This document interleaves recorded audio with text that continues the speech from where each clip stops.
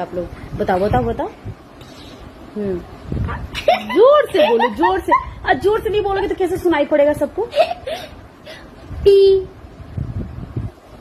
मम्मा रोएगी टी जाओ। R I और फिर टी आर जोर एस से। T R S H A N.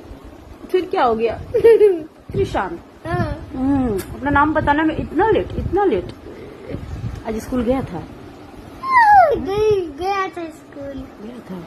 अच्छा, आज को मैडम क्या बोल रही थी बेटा? मम्मा गई थी तो मम्मा को क्या सुना रही थी मैडम? सुना रही थी कि बाबू को वोमिटिंग हो गया था, कुछ खा के नहीं जाता है मेरा बेटा स्कूल सुबह सुबह।